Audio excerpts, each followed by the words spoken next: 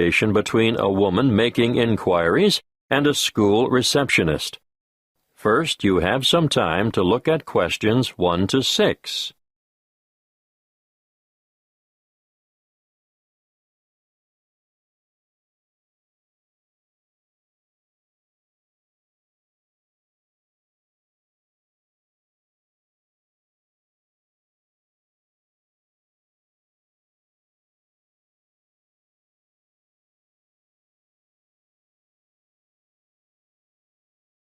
You will see that there is an example that has been done for you.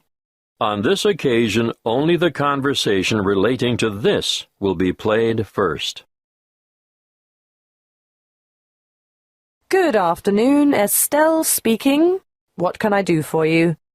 I was told that the school holds, adult education classes? Yes, it does. We run 7 a week, 3 on Tuesdays and Thursdays, and 1 on Wednesdays. The receptionist, Estelle, says the school holds 7 classes a week, so 7 has been written in the space. Now we shall begin. You should answer the questions as you listen, because you will not hear the recording a second time. Listen carefully and answer questions 1 to 6. Good afternoon, Estelle speaking. What can I do for you? I was told that the school holds, adult education classes? Yes, it does. We run 7 a week, 3 on Tuesdays and Thursdays, and 1 on Wednesdays. Are they all evening classes? No. Because of the number of people who work shifts these days, we've found there's quite a demand for day classes as well. Well, I don't work, and I really want to get out and meet people, so daytime or evening would suit me. What is it you're particularly interested in? Oh, anything really. Okay. On Tuesdays we have a writing workshop for those people who've always longed to write but are hesitant about putting pen to paper. It's an evening class and runs from 6 to 7:30, but there is a restriction on numbers. Oh! Yes. The tutor has advised us to restrict participants to a maximum of 10 per session, so I'll have to check and let you know if there is room for you. Thank you. Also, on Tuesdays, there is a book club designed for older adults looking to be inspired, to learn and share insights with one another. Are there any restrictions on that? Not really, but you'd have to be able to read the prescribed book each week. You have to read set books, do you? Yes, and keep up with the others by finishing 1 a week. I understand. What else do you have? There's a history group on Tuesdays as well, run by a researcher and historian who provides a fascinating glimpse for you into the lives and society around this area 100 years ago. I don't think so. Well, what about Scrabble Club on Wednesday? It's extremely popular, you know. Sounds good. What time? 2 to 3:30 in the afternoon. Yes. I think I could manage that.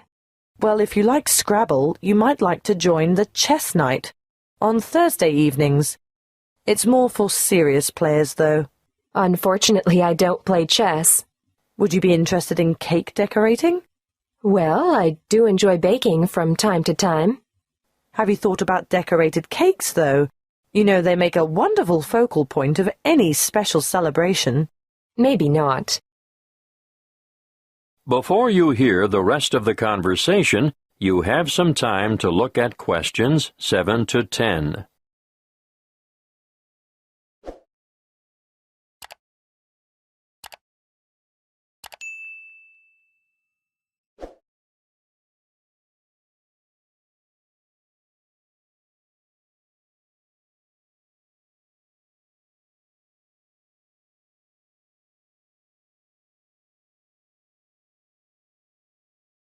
Now listen and answer questions 7 to 10.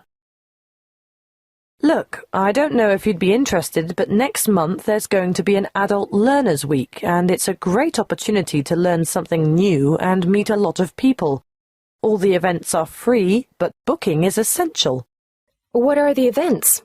I'll give you a brief rundown, and if you decide there's something in it for you, I can send you all the details. Great! When is it? The first week in September, from the 1st to the 8th. Oh, are they all daytime events? Yes, but some are half-day and some are whole-day sessions. Can you just quickly tell me about the half-day ones, please? Okay. The Techno Expo will help you work with social networking tools, and you can learn more about online privacy and security and online entertainment. That's Monday the 1st. In the morning? Actually, it's after lunch, from 1 to 4:30. What else is there in the afternoon? Well, on Wednesday, there's work-life balance, understanding how to assess what you really value, the importance of balance and harmony in your life, and how to achieve it. That's another one I'd like to go to. Are there any more? No more half-days in the afternoon. Wait a minute. There is a poetry event. What does that entail? Writing some inspirational poems and sharing them with the class. No, thank you. I'm not going to read my poems to other people. I know what you mean. One more thing. Can you tell me where all the events are being held? Yes, all the workshops are at the Central Library. Oh, good. That's handy. That is the end of Section 1. You now have half a minute to check your answers.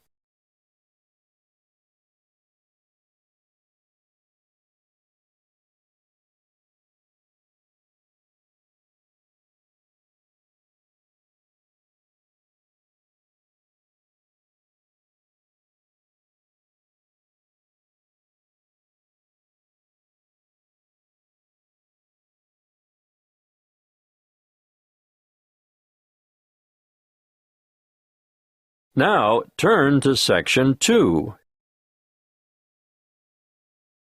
Section 2. You will hear a parent educator talking about childhood accidents. First, you have some time to look at questions 11 to 16.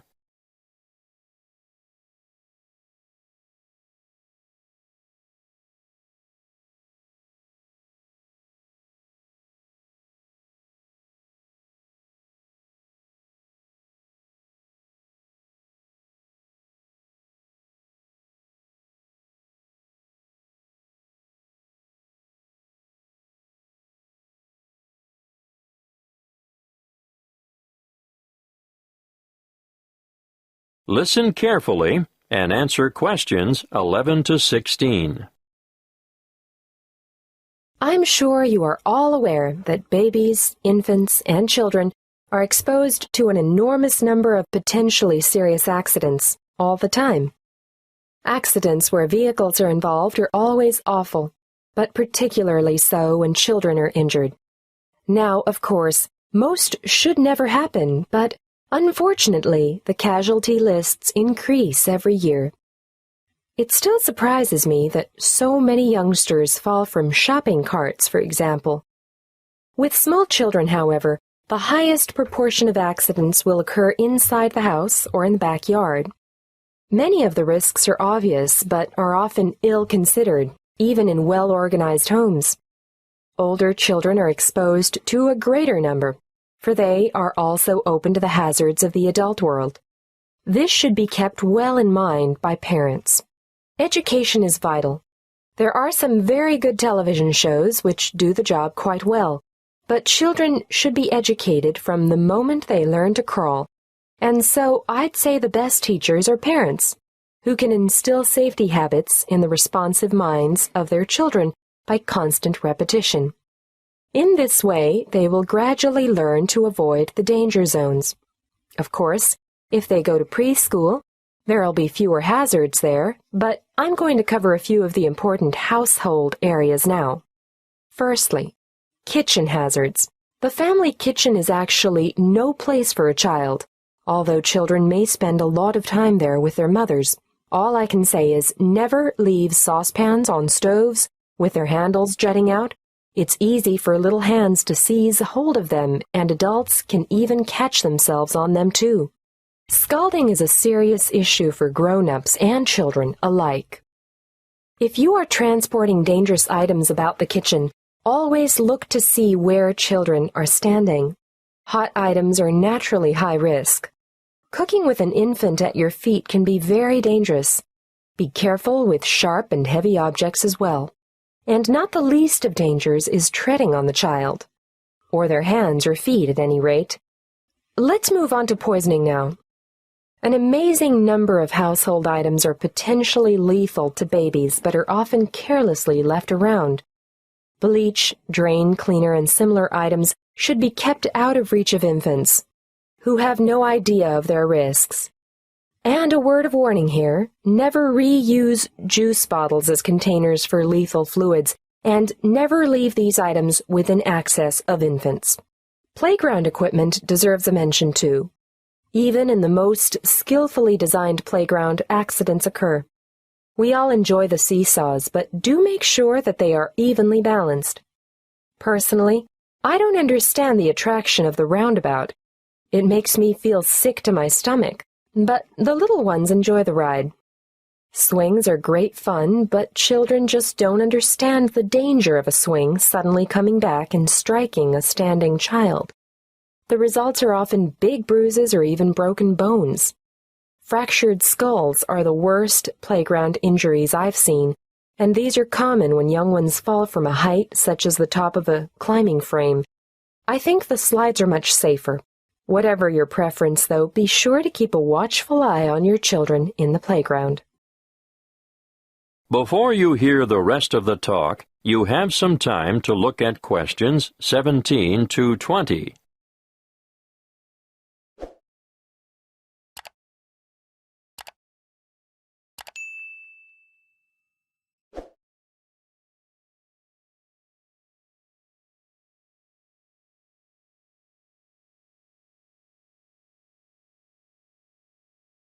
Now listen and answer questions 17 to 20.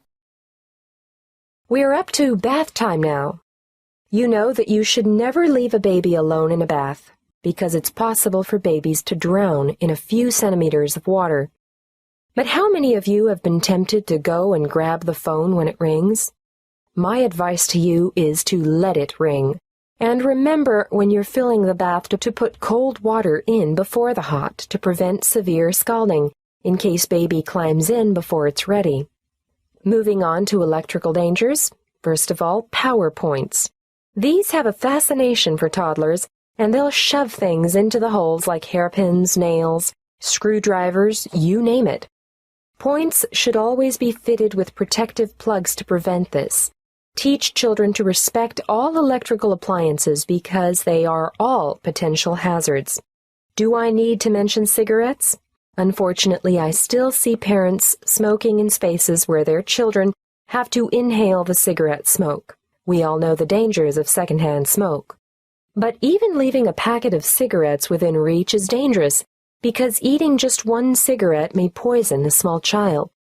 If quitting the habit is too difficult, please ensure all tobacco products are kept out of reach and smoke outside.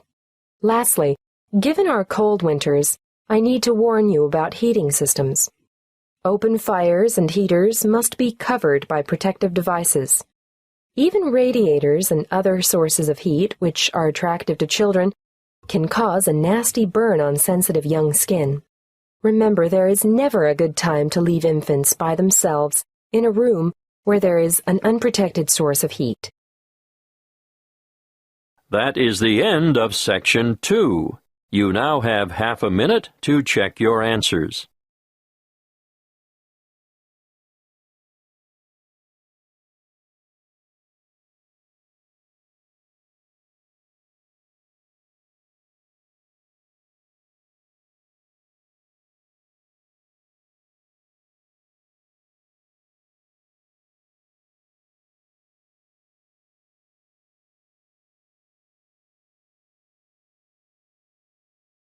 Now turn to Section 3. Section 3. You will hear a conversation between two students discussing an assignment. First, you have some time to look at questions 21 to 26.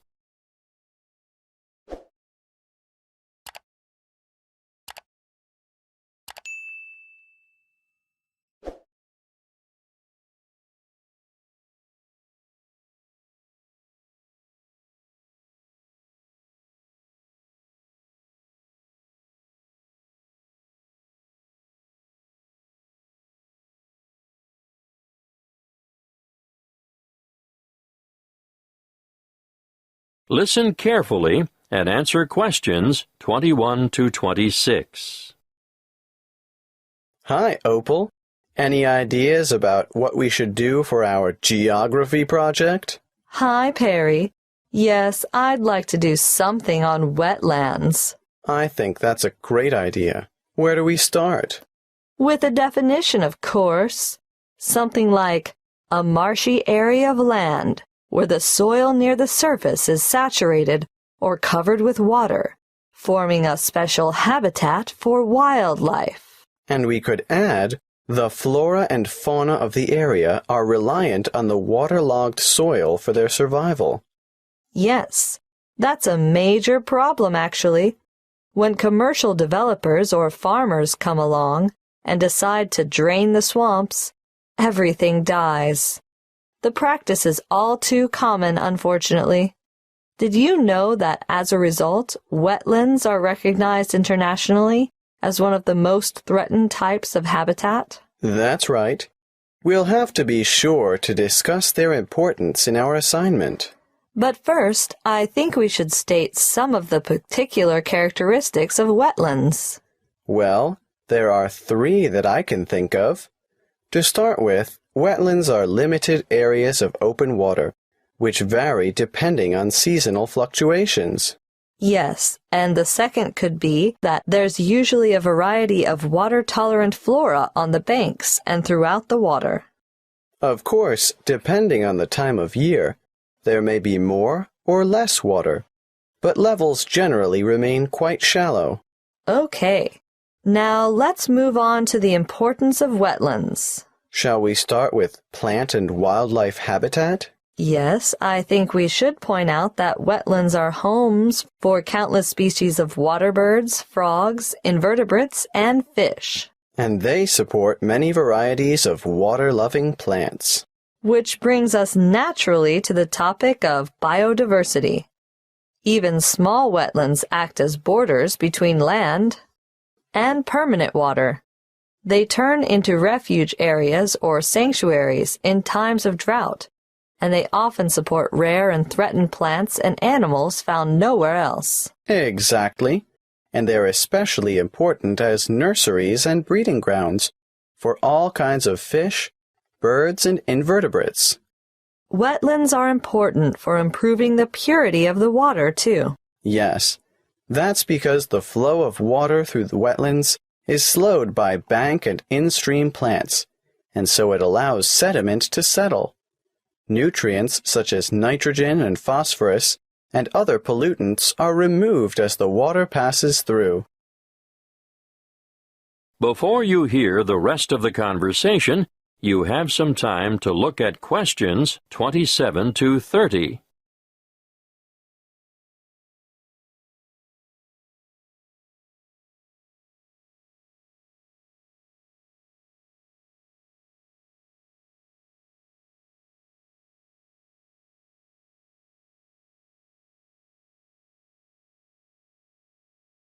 Now listen and answer questions 27 to 30.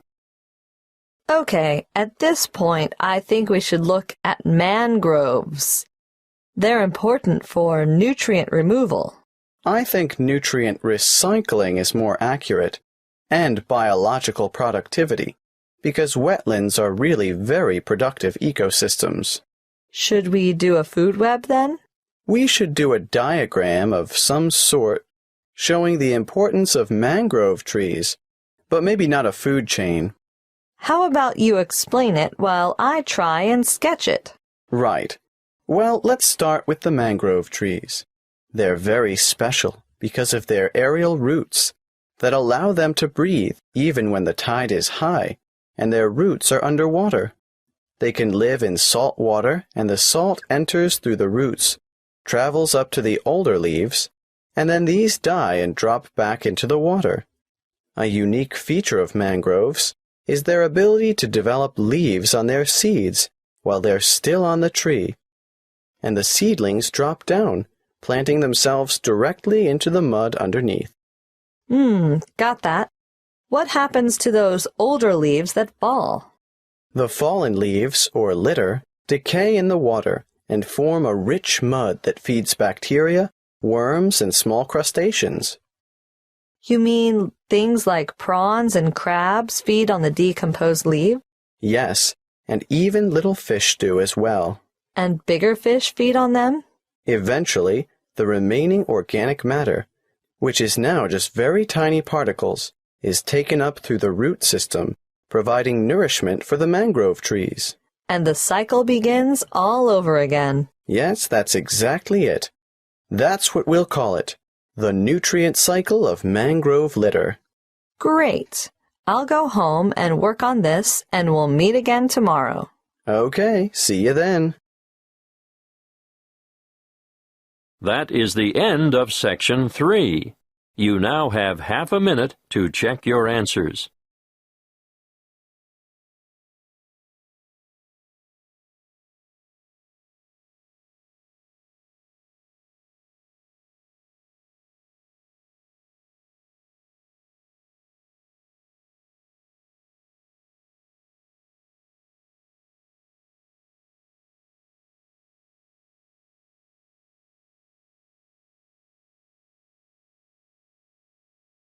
Now turn to Section 4. Section 4. You will hear a lecture on meteorology and cloud formation. First, you have some time to look at questions 31 to 40.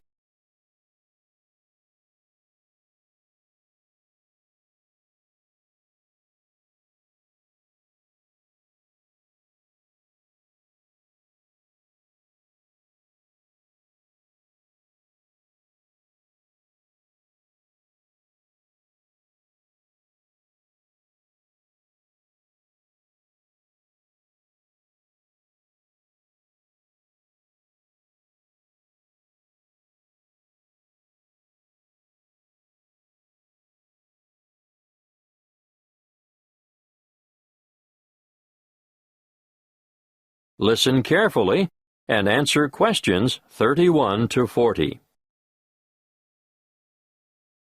Good morning. It's good to see so many of you taking an interest in meteorology. As you are all newcomers to the topic, let's keep it simple to start with. In fact, let's begin with a very simple definition of what meteorology is. The suffix, ology, gives you a clue. At least you can all guess that it is the study of something. Meteorology is in fact the scientific study of all changes in the atmosphere, essential for forecasting the weather, of course. And you all know what weather is, right? The four main ingredients are the sun, the atmosphere, water vapor, and the wind. They all come together, disseminating heat from the sun around the globe and making clouds in the layer of the atmosphere directly above the ground, which is called the troposphere. Look up into the sky, and on almost any day of the year, you'll see clouds. Clouds form when water that has evaporated from the surface of the earth condenses onto microscopic dust particles, or other particles, floating in the air. Cloud formation takes different shapes, and they mostly get their names from Latin roots. Now, let's look at the five most basic. We'll start with cumulus, which is a low cloud with a white, puffy appearance, and most often composed of water droplets. It gets its name from cumulo, meaning heap, for its typical piled-up appearance. Now let's move on to stratus, from strato, meaning layer. These are the gray, horizontal ones, often with a flat base, that you see on an overcast day, and they too are mostly made up of water droplets. At this point, I should mention fog, which you probably don't even think of as clouds, but fog consists of very low-stratus, ground-hugging clouds. The high-altitude cirrus cloud, on the other hand, is mostly made of ice crystals and appears wispy and thin, almost hair-like, in fact. That's where they get their name, from the word cirro, meaning wisp of hair. They are generally fair-weather clouds. Not so the cumulonimbus, the tallest of all clouds. They extend way up into the troposphere, and these are the ones that produce lightning, thunder, heavy rain, strong winds, and tornadoes. Beware the cumulonimbus. You already know what cumulo means, and it won't surprise you to find out that nimbus means rain, and added as a suffix is an indication of cloud's ability to produce precipitation, which could be rain, snow, or hailstones. As this course progresses, you'll learn a lot more about cloud types, but before I finish today, I want to go back to something I mentioned before, dust. It is generally accepted that when water vapor ascends in the process of cloud formation, it condenses onto dust particles. So it was assumed large dust particles would produce larger droplets and enhance the formation of rain. However, recent research has shown the opposite to be true. Droplet size increases the farther the clouds are from dust-filled air. More dust reaching rain clouds produces less rainfall. Scientists have shown that as more and more dust enters a rain cloud, the same amount of water becomes spread out. The resulting smaller water droplets scatter instead of combining and growing large enough to make up raindrops. This study shows that higher dust frequency is not inevitably the result of diminished rainfall, but rather its cause. Therefore, loss of topsoil from overgrazing, overcultivation, or bad livestock management in areas neighboring deserts will contribute to the continuing expansion of those arid regions. Your assignment for this week will be to read up on this research and write a report on how dust from damaged land may exacerbate drought conditions and lead to further desertification of arid areas. In other words, how land use has an impact on climate change. That is the end of Section 4. You now have half a minute to check your answers.